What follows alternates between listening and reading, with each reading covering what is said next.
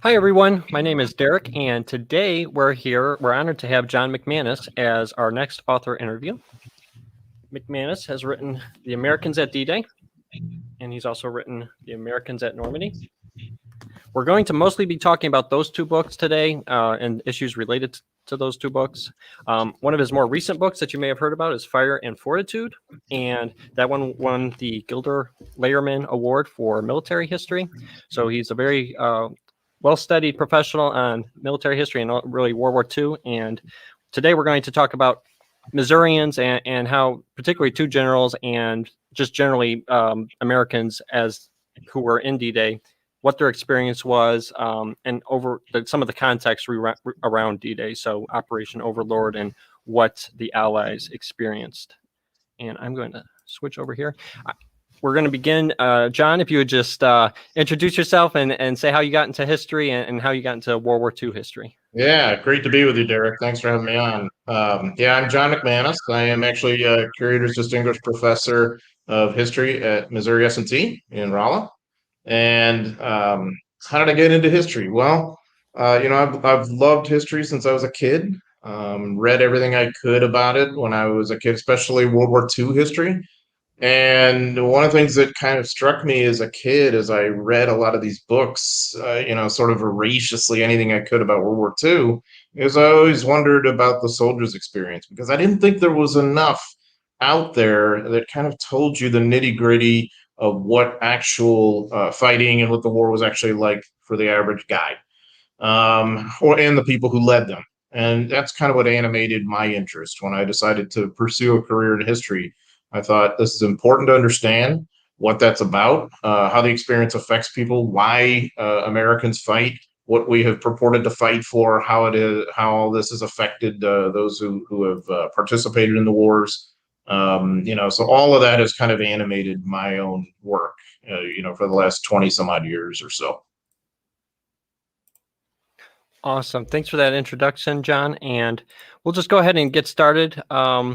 Now, the Allied quest to liberate Europe, it did not begin in 19. Had been involved with the Third Reich on the Eastern Front when Hitler decided to violate that non-aggression pact. Britain and the United States had actually invaded Italy in 1943. So I wonder if you could put into context, how does Operation Overlord fit into the bigger picture when it comes to this Allied effort to liberate Europe? Operation Overlord is something that the Western Allies had built up for a long time. It had been, back in 1941 and 42, almost something of a pipe dream in the sense of being able to come back and invade France and perhaps liberate it from Hitler's yoke. One of the most stunning events in the entire history of World War II was the German conquest of France, which, of course, took all of about 6 weeks in the summer of 1940. Whereas obviously in World War I, you'd had this stalemate that went on for 4 some odd years. And a lot of people thought, well, World War II in France is going to be a redo of that, but it hadn't happened. So when France is conquered, it obviously then kind of changes the course of the war. It's one of the things that frees up Hitler to eventually invade the Soviet Union the next year. It's a stunning event here in the United States because I think a lot of Americans felt that the combination of the French Army and the Royal Navy would protect them from Hitler and the depredations of Nazism. So I think there was always a body of thought among many Western generals that eventually you would hope to come back to France and get back into Europe, Hitler's Europe, that way. But I should point out that, once the Americans are in the war by the end of 1941 and 42, they're thinking along those lines of an almost immediate invasion of France. And the British have cooled on the idea because I think they understand a little better about the actual realities, that you have to control the sea, you have to control the air, you have to have landing craft, you've got to have trained troops, you've got to have the logistics to support all this. And of course, it's important to remember too about D-Day, about the invasion of Normandy. It's just the beginning of an almost year-long campaign to fight across France, Belgium, Holland, into Germany, and so on and so forth, and defeat Hitler that way.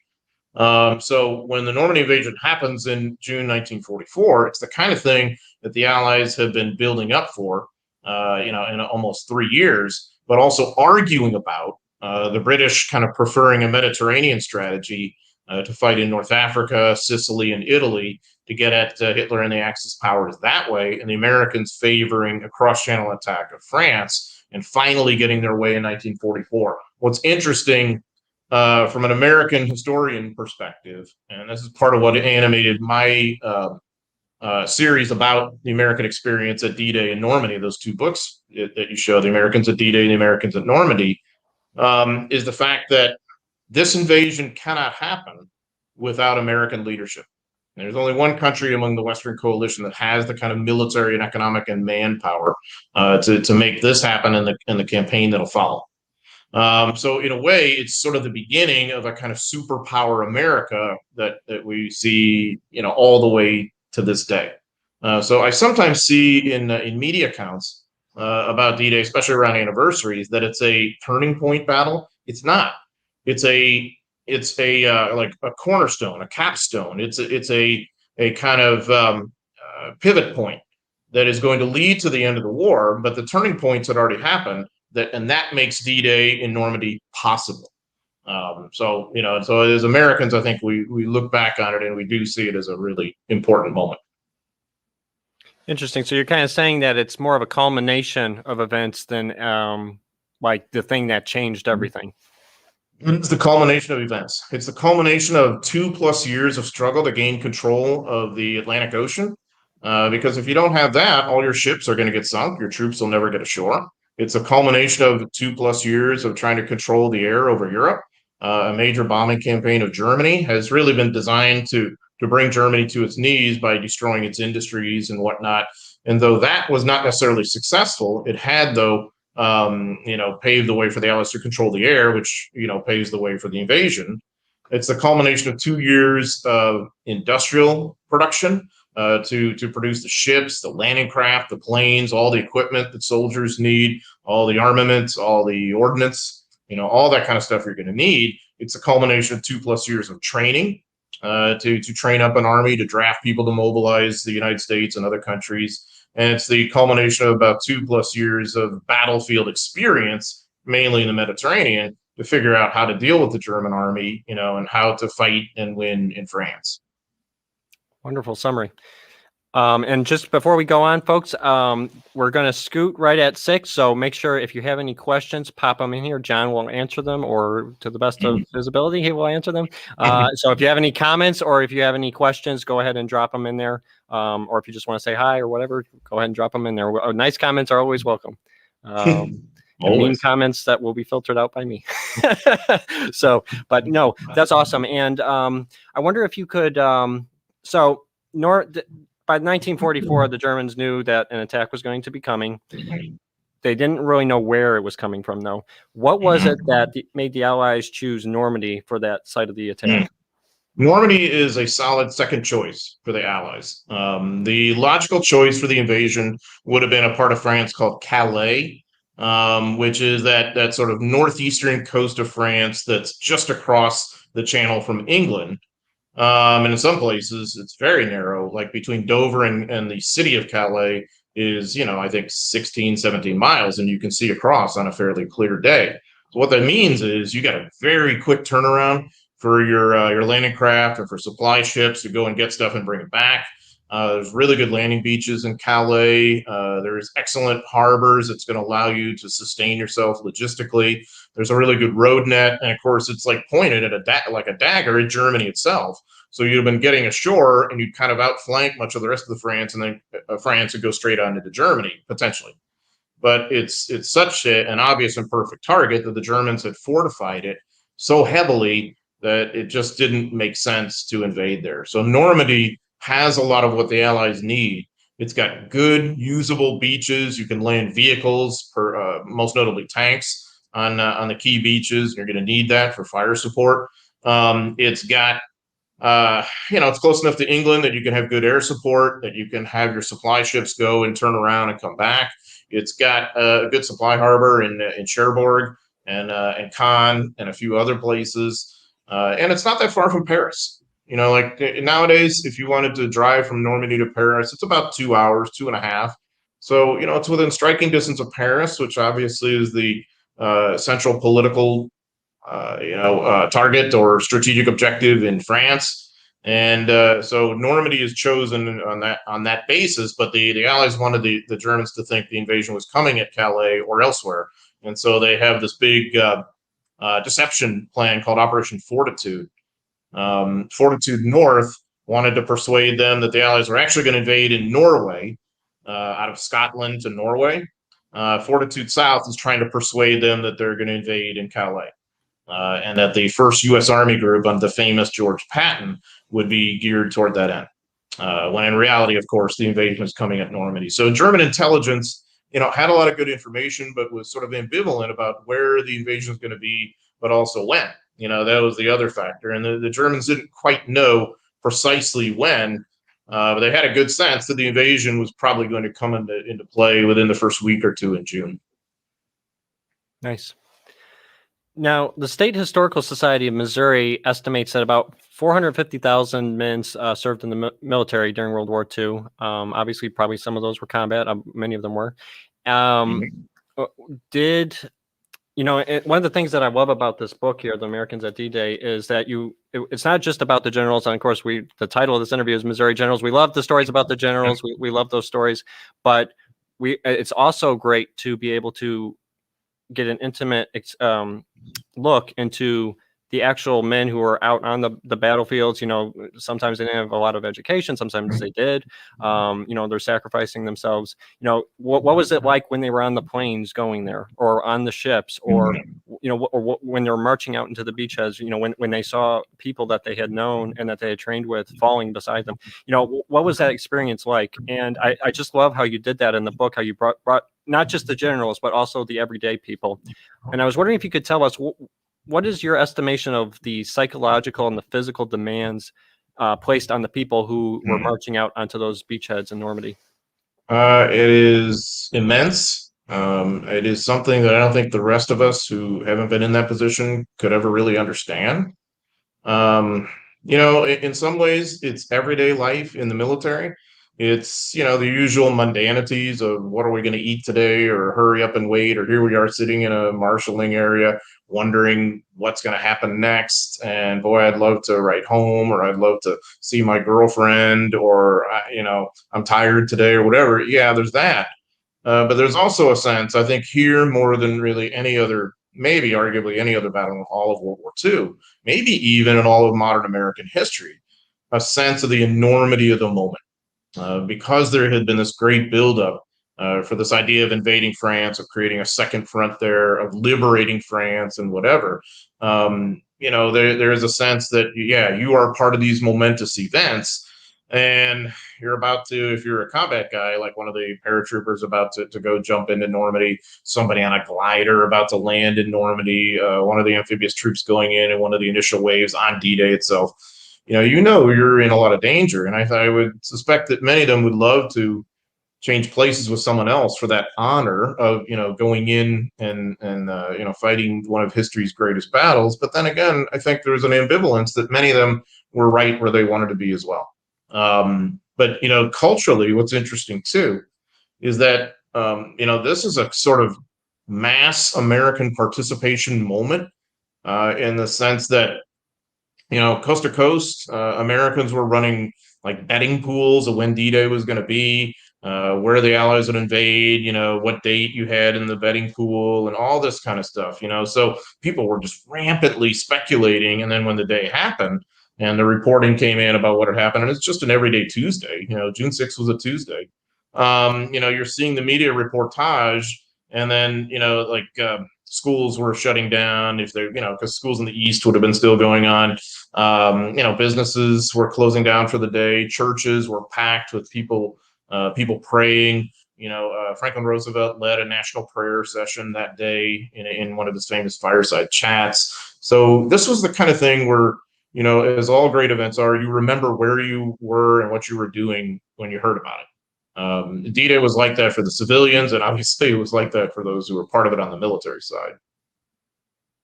Wow. And I love how you brought that cultural part in. So in general, how prepared would you say the forces were that stormed the beachheads at Normandy? Well, I think the Allied amphibious forces are prepared pretty well to storm and take a beach. There had been so much training geared toward that. There was all this tremendous concern that the invasion would be defeated at the waterline. Because, when you think about this is, there have been a lot of invasions in the Pacific, mostly of island targets, that you could isolate reasonably well. And so, unless the Japanese found a way to reinforce, you were going to face that whatever group of Japanese were there and hopefully defeat them. Well, when you're invading at Normandy, this is a continental littoral operation in which the Germans control the continent and thus can move people to wherever the beachhead is and might have a major manpower advantage, firepower advantage, and all that. And so, what you want to do is isolate the battlefield. And so the Allies have gotten quite good at that through an aerial campaign and also the deception campaign. And they had trained their people, their troops, to get ashore and take a beach and then to try to move inland. What they hadn't done anywhere near as good a job of, especially on the American side, is training them to deal with the terrain they were actually going to deal with in Normandy beyond the beaches. And that alludes to the infamous hedgerows, which were these, major earthen berms, anywhere from about 6 to 12 feet high, that sort of divided Normandy into this maze of very, very well defensible positions because these hedgerows were so solid and restricted visibility and mobility so much that the Americans kind of have to learn on the fly how to deal with them. So I think, relatively speaking, for amphibious operations, the Allies were very well prepared, but not as well prepared for what was going to come next. And that would a lot of your this would kind of those difficulties are kind of covered in this book, the sequel to that. So they kind of go together, those two volumes for folks. And by the way, we do have these at the library. These are the library's copies, so you can come check those out. We actually have a couple of his books as well. And again, if you have any questions at all, I see several people have joined on. Go ahead and pop those questions in early. We are going to be scooting right at 6. So if you want those questions or comments addressed by John himself, go ahead and pop those in now, and we'll get to them before we close. So kind of transitioning a bit to the generals. Omar Bradley, he was born in Clark, Missouri. He was a rural Missourian. He was born right in a log cabin. It was a crudely built log cabin. Poverty. How did he go from that to a prestigious career in the military? Yeah, really interesting story. Bradley's born in Clark. He kind of grows up in Moberly, of course. He's a farm kid. But he's the son of parents who are really quite erudite. His father was a very learned man. And so it wasn't as if Omar was someone who was just going to be geared toward a life of dirt farming his whole life, and that was going to be the expectation that was enough. Omar Bradley was also prepared to embark on some sort of scholastic career that would lead him perhaps somewhere beyond the farm. And that meant, it meant like doing for pleasure math problems, something like that. I mean, that's what he would do when he would get in his bed at night. That's how he'd wind down. And he kept up that habit his whole life, by the way, of doing algebra problems, because he felt that it helped sharpen his thinking and relaxed him. For me, that would not relax me doing algebra problems, but that's the way he was wired. There's one sort of commonality you see with him and many other of the people who became high-ranking officers in the U.S. Armed Forces at that time, who came from kind of humble backgrounds. They were voracious readers as kids. Like their local libraries, they just cleaned them out. So that you can imagine like a kid in Phelps County just coming to your library and just reading everything you got and saying, what else you got for me? And that, of course, is just music to your ears as a librarian or anything else, right? So this was what Omar was like. Unfortunately, his father died when Omar was 15, I think it was. And so this kind of redirects the path of his life somewhat, and because he didn't have as good a relationship with his mother. And I think that's one of the reasons why he wanted to kind of get away from the farm.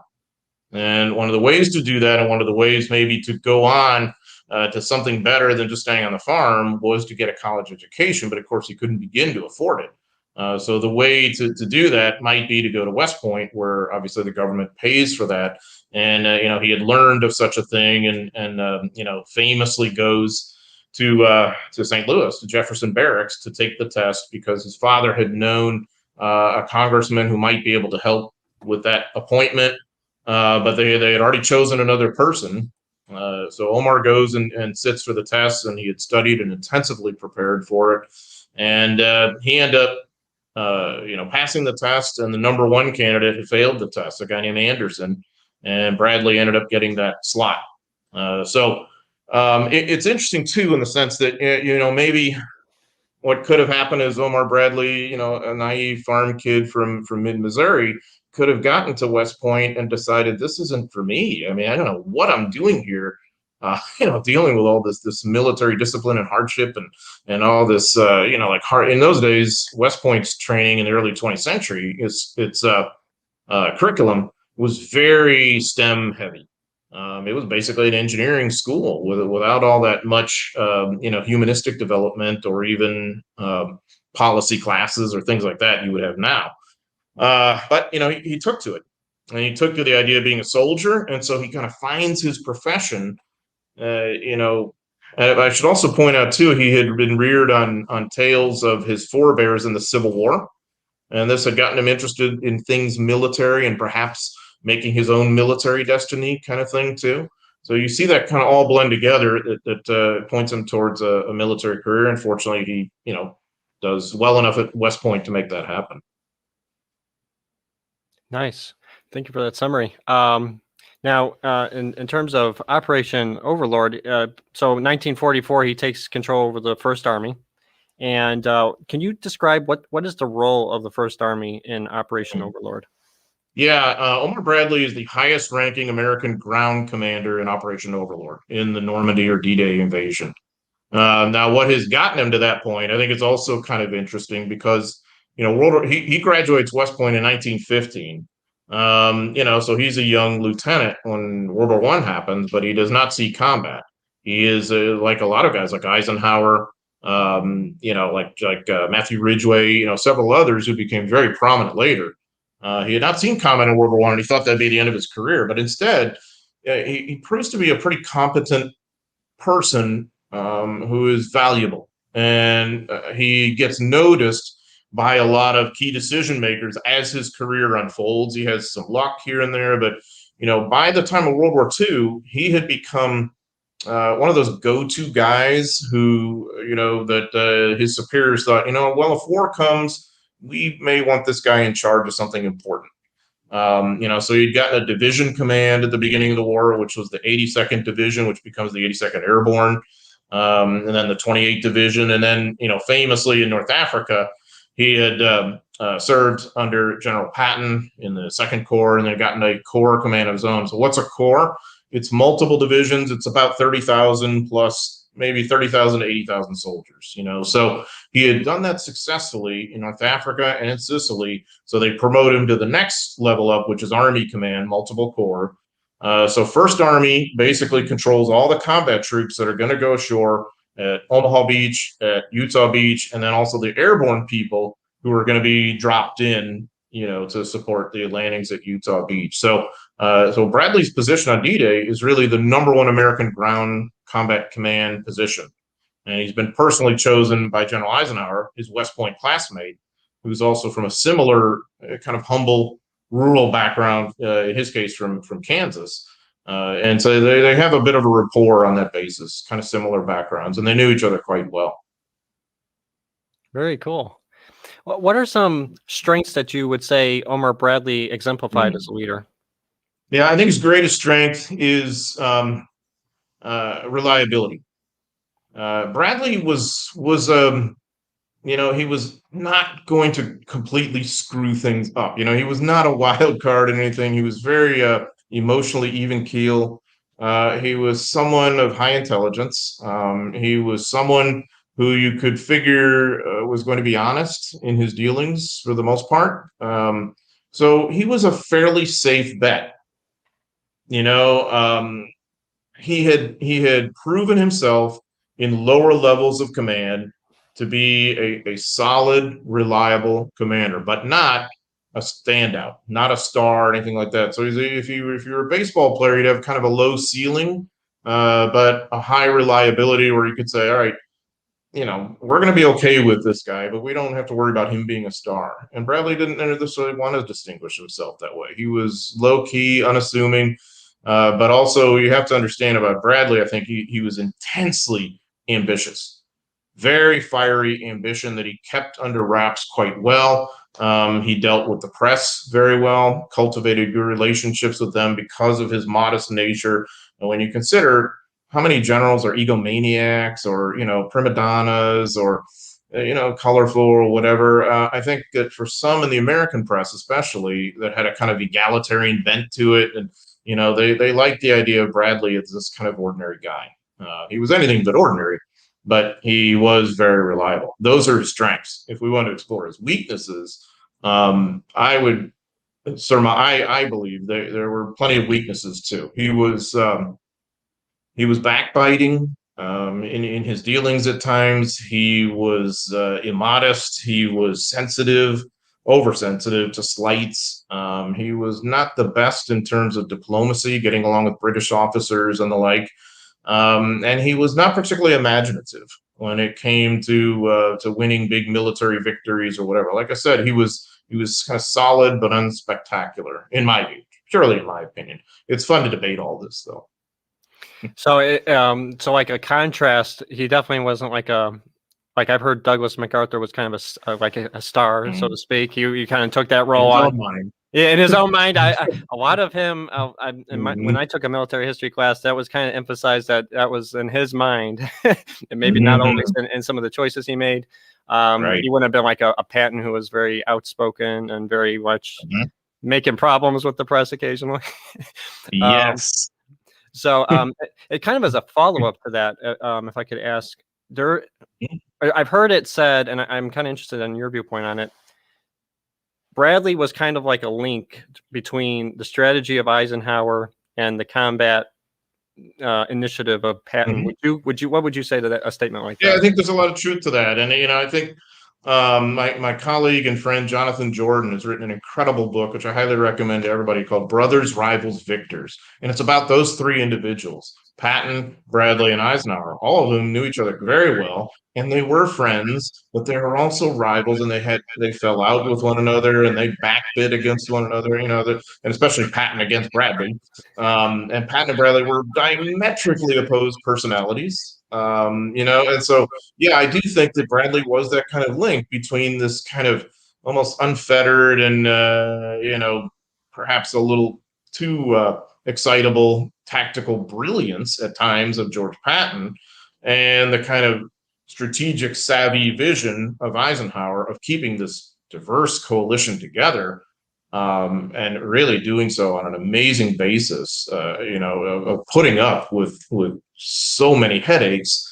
Eisenhower was quite remarkable in that regard. Bradley, is the kind of in between, and of course at the same time he's going to take a lot of grief from both of these guys. And it's quite interesting, the Bradley Patton dynamic, because Bradley begins the war as Patton's subordinate and ends the war as his boss. So that's an odd dynamic. And of course, Patton was older than Bradley and predated him from the military academy by 6 years. So Patton had to swallow a little bit of the ego in that regard too. And this is portrayed, of course, in the movie Patton, which is, by the way, highly shaped by Bradley. Our perceptions of Patton and Bradley, played by Carl Malden famously in the movie, is really shaped by Bradley, because Bradley by that time was married to his wife was deeply involved in Hollywood as a writer and producer, and she had a lot of sway and pull in the production of that movie, and also how history kind of remembers these folks through that movie, which has moments of accuracy and inaccuracy, I would say. Wow, I did not know that. And that's Bradley's wife who was involved with Hollywood? Yeah, his wife, Kitty.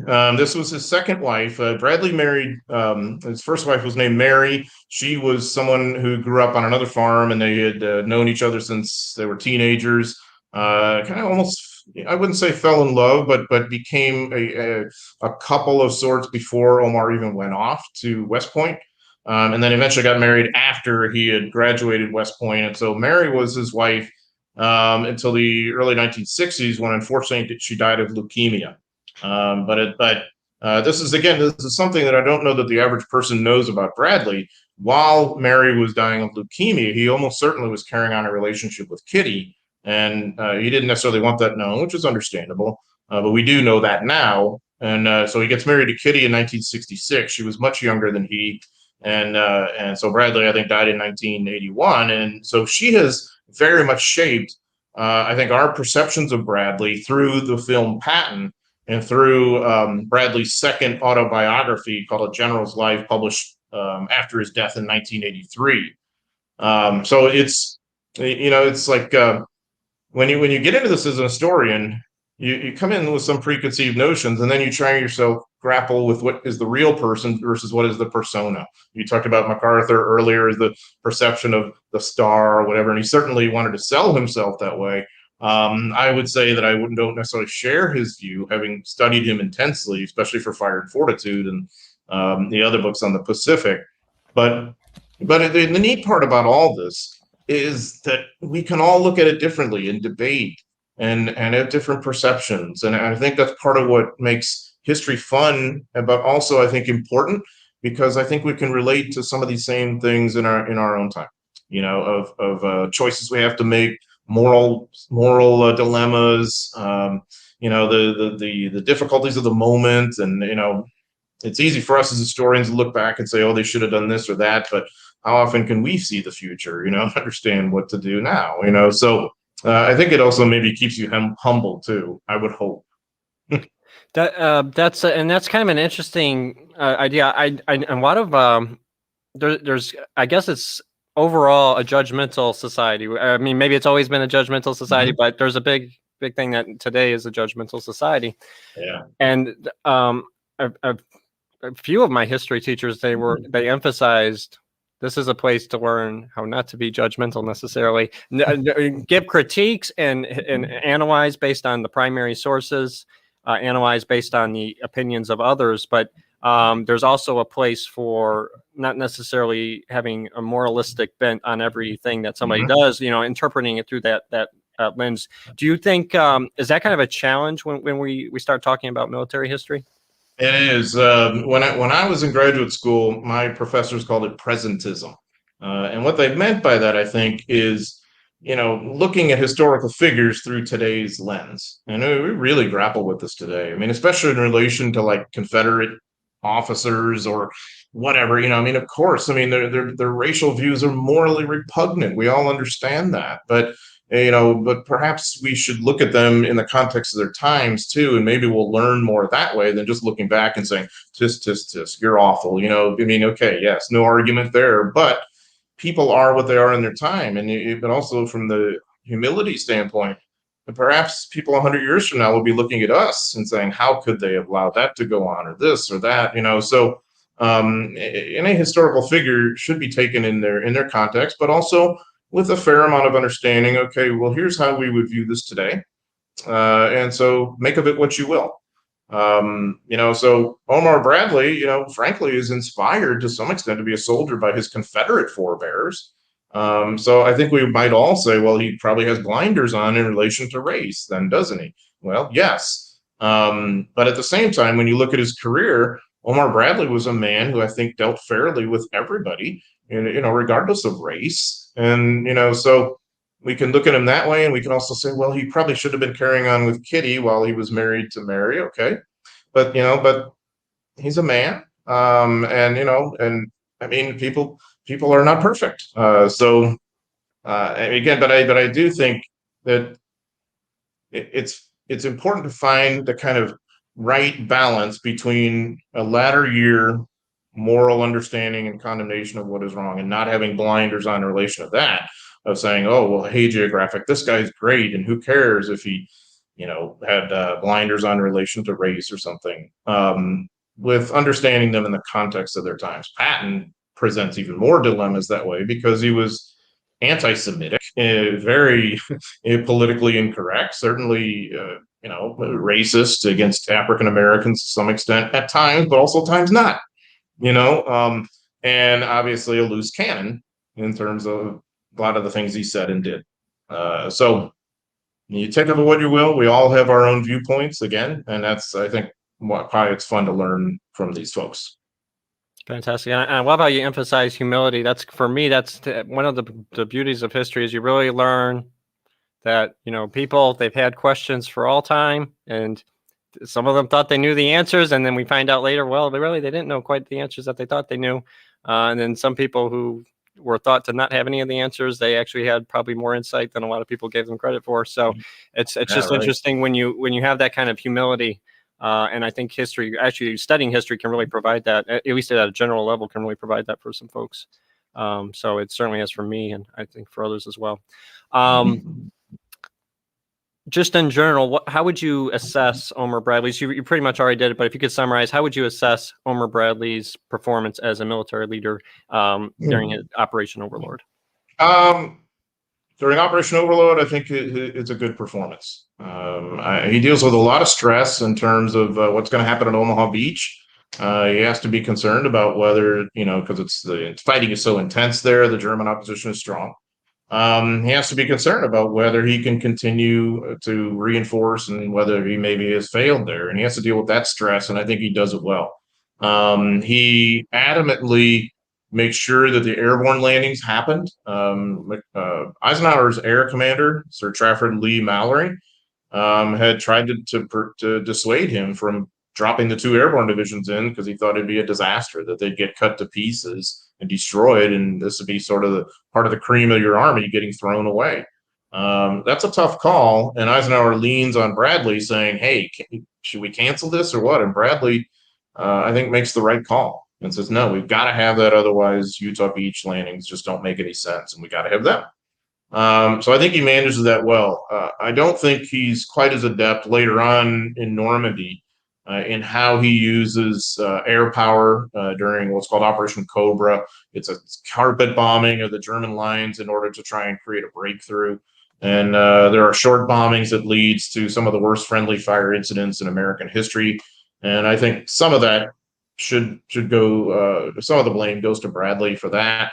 When the Allies do break out, Bradley is not particularly visionary in how he pursues the retreating Germans and allows them to get away and fight again another day. Later on in the campaign in Europe, I think Bradley certainly should take some level of opprobrium for the bloodbath that happens at the Hurtgen Forest in October, November 1944. Just a terrible fight in which the Americans suffer about 33,000 casualties for next to nothing. The Battle of the Bulge, the Germans kind of surprised Bradley with an offensive that he didn't quite expect. But it's easy for us to look back on this now, say you should have done this, you should have done that, But I think overall he's a solid commander who has, as I said, a reliability about him, though not anything outstanding about him in his operational side. But if we go beyond that, he's very important after World War II in running the Veterans Administration at a time when millions of veterans are coming home and readjusting to American life. And I think he does that very well. He becomes Chief of Staff of the Army and Chairman of the Joint Chiefs. I think the first Chairman of the Joint Chiefs, and does a very strong job there too. So like any of us, he has his good moments and his bad moments, but overall, I think he's a quality general. Thank you for that summary. Moving on to our next general. So Maxwell Taylor, he was born in rural Missouri, like Omar Bradley. What led him down the path of a prestigious military career? Taylor's background was a little bit more advantaged than Bradley's in the sense that he's born in Catesville, but he really doesn't, spend that much of his life there. His father is a lawyer. And so Taylor grows up in Kansas City on a kind of a lower middle class background. He too, like Bradley, had been reared in tales of his forebears in the Civil War. He knew his grandparents very well. They were the ones who lived in Catesville, and he would go and spend summers there with them. Very much look forward to that. And his grandfather was I think a Confederate veteran of the Civil War, would tell him all these tales and all that kind of stuff. And Taylor, just like Bradley, voraciously read any book he could in the library, especially any book about great battle captains and all this kind of stuff. And he fantasized about being one of them. He was certainly bright. he was someone who was also, just like Bradley, very ambitious, wanted to make something of himself. And he thought that a military career was a way to bring himself some prominence. He had considered going into the law, and he thought, all right, that's a fallback, but I don't know if I want to follow my father's footsteps. His father had kind of struggled to eke out a living as a lawyer. He wasn't like some rich, powerful lawyer. He'd done okay, but not that great. And Taylor thought, it doesn't hold that much appeal for me. So what's interesting is that, when Taylor wins an appointment to West Point in kind of a similar way to Bradley. He's not really the first choice or whatever, but he passed the competitive examination and goes. And, when he gets on the train to go to New York, that's it. He's kind of gone for most of the rest of his life. He'll visit his folks at times, but from that point forward, he's kind of in the service of his country for the next 40 some odd years, because he's almost 50. He's West Point class of 1921. So he's going to West Point, I don't know, what would that be, like in 1917 or something. And then, he's chairman of the Joint Chiefs in the early 1960s under Kennedy. So that's a lifetime of service devoted here. And he had a better time academically at West Point than did Bradley. Taylor was extraordinarily bright, and had less problems with the STEM curriculum.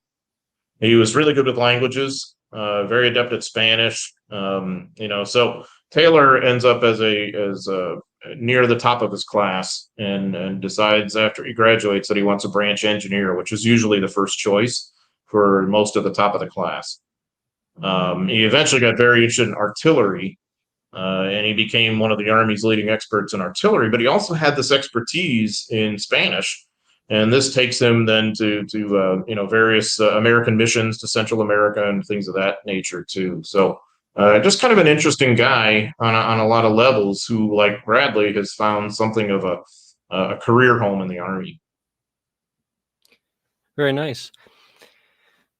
In terms of Operation Overlord, what was some important role that what was the important role that he played in terms of the Operation Overlord? Yeah, so by then, he's a kind of rising young officer in the 30s.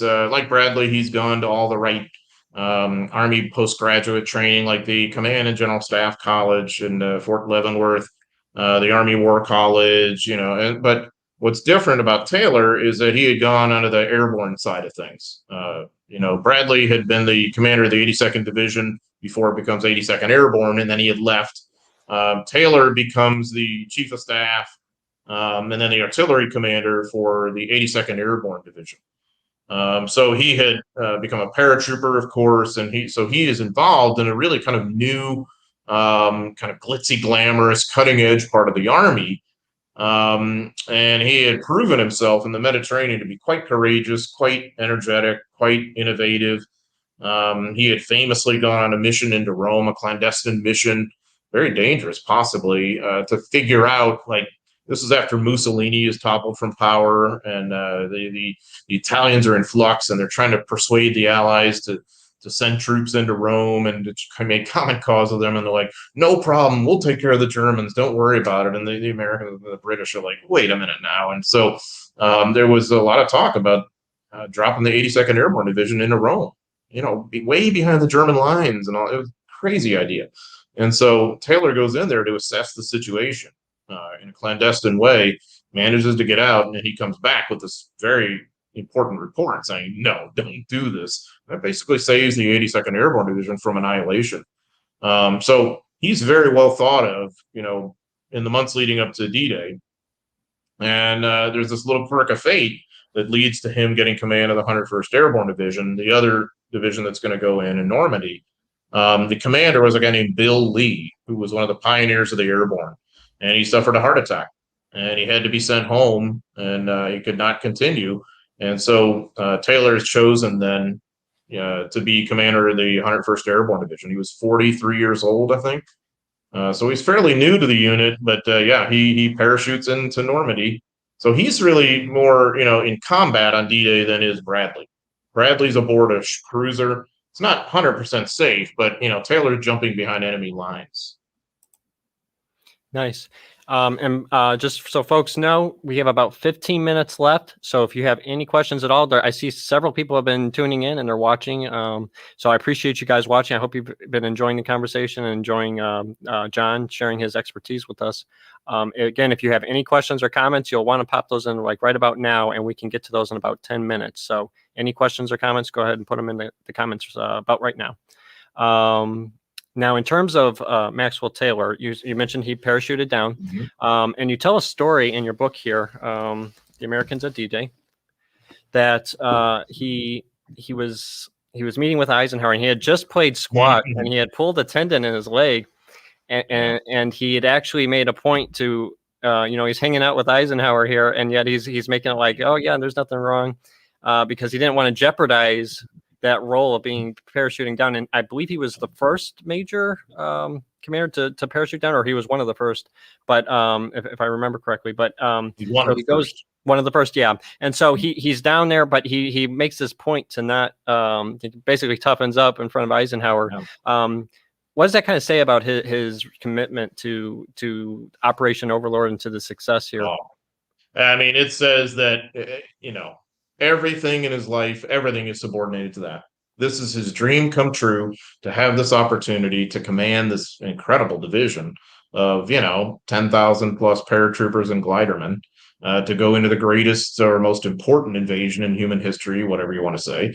There was nothing that was going to keep Maxwell Davenport Taylor from doing that. And he had a passion for squash and tennis and playing the sport and staying in good shape.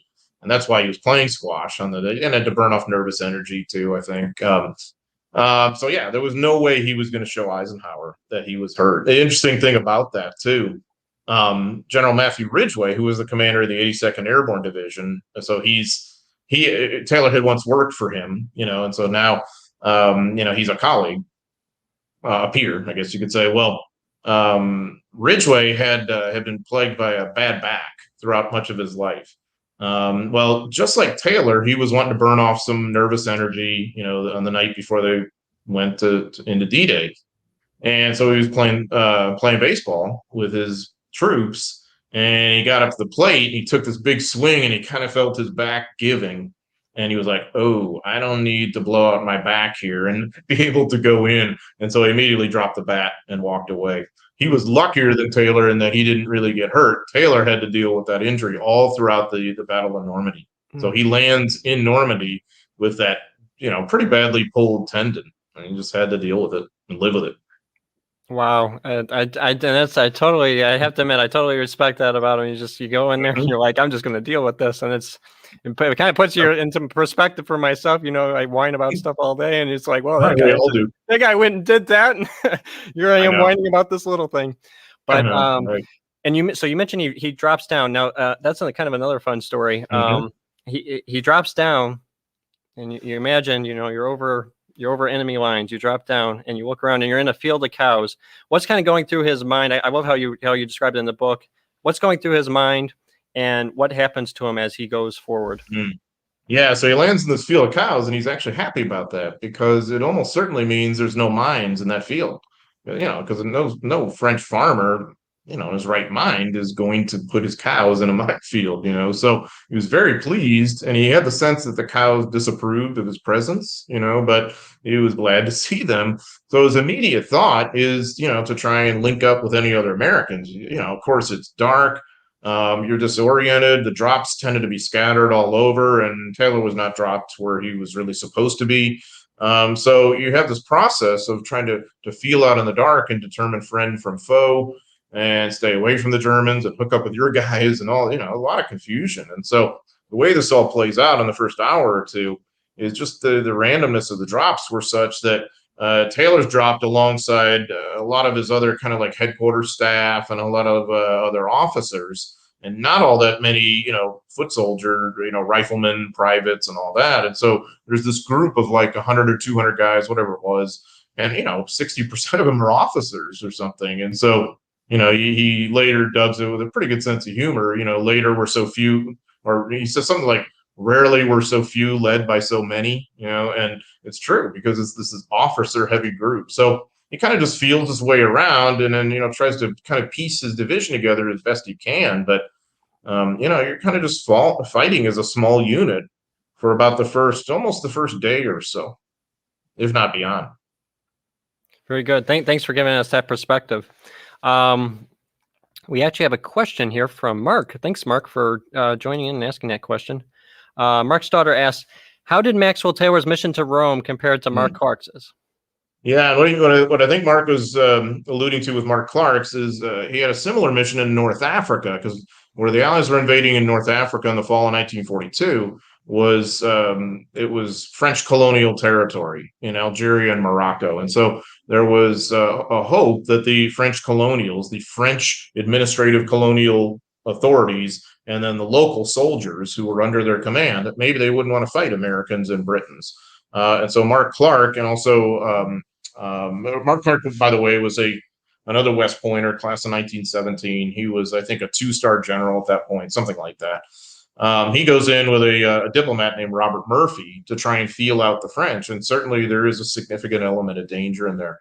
In my opinion, and only this, I think Taylor's mission to Rome was more perilous, and the reason I say that is that there's no question that from Rome northward and even point southward at that point, there is a lot of German military in the vicinity, much more so than what Clark and Murphy are dealing with in North Africa. There's hardly any German presence in the portions of North Africa the Allies are going to invade by design.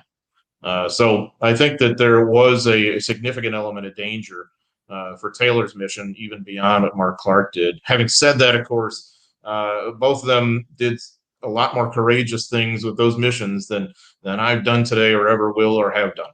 So I think that's maybe the larger perspective to respect, the actions of both. Thanks for that. Thanks, Mark, for your question, and thanks, John, for that great answer. And actually, I had so Mark Clark is one of those guys who he takes a real beating a lot of times in some of the books I read. Do you think that's deserved, or do you think it's like overblown? I think it's deserved. And of course, I've just mentioned some of the positive sides of Mark Clark.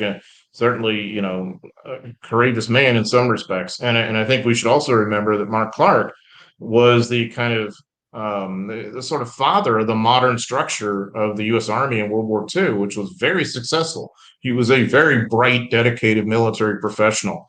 As an army commander, as he will be, in the campaign in Italy, he is far out of his depth. And the reason is not necessarily a lack of physical courage.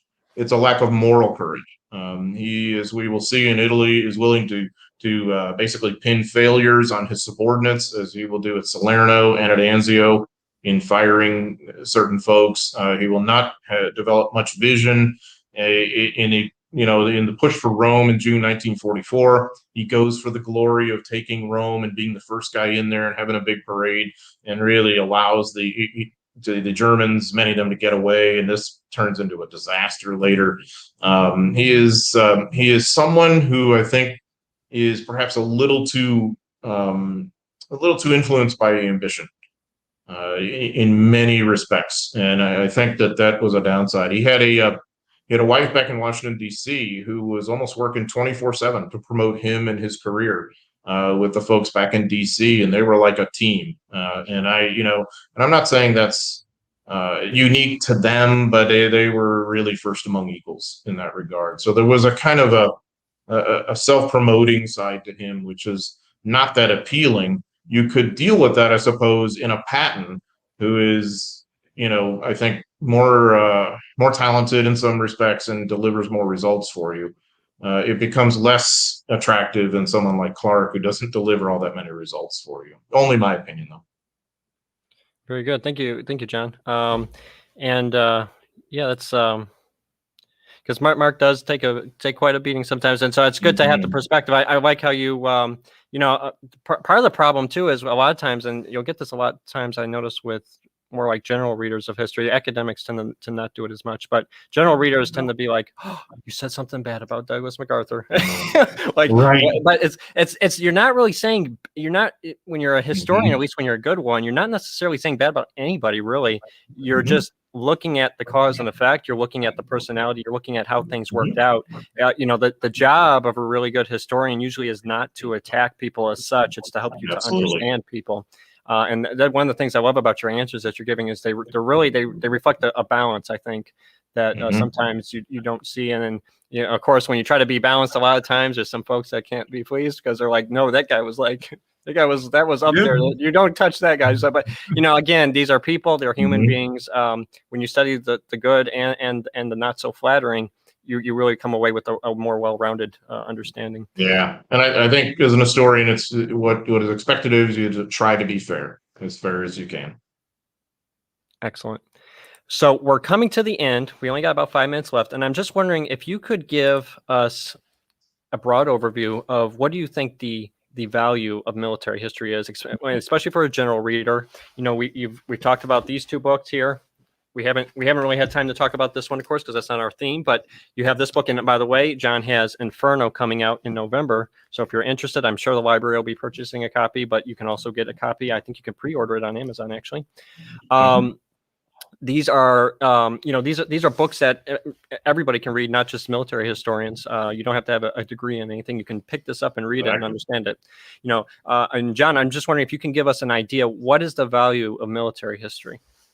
Yeah, I mean, unfortunately, the story of human history is a story of conflict. And it's certainly true of American history. And that is an unfortunate reality that is partially what drives human history and human events. So why we have these wars? What kind of challenges are we presented in when we fight these wars?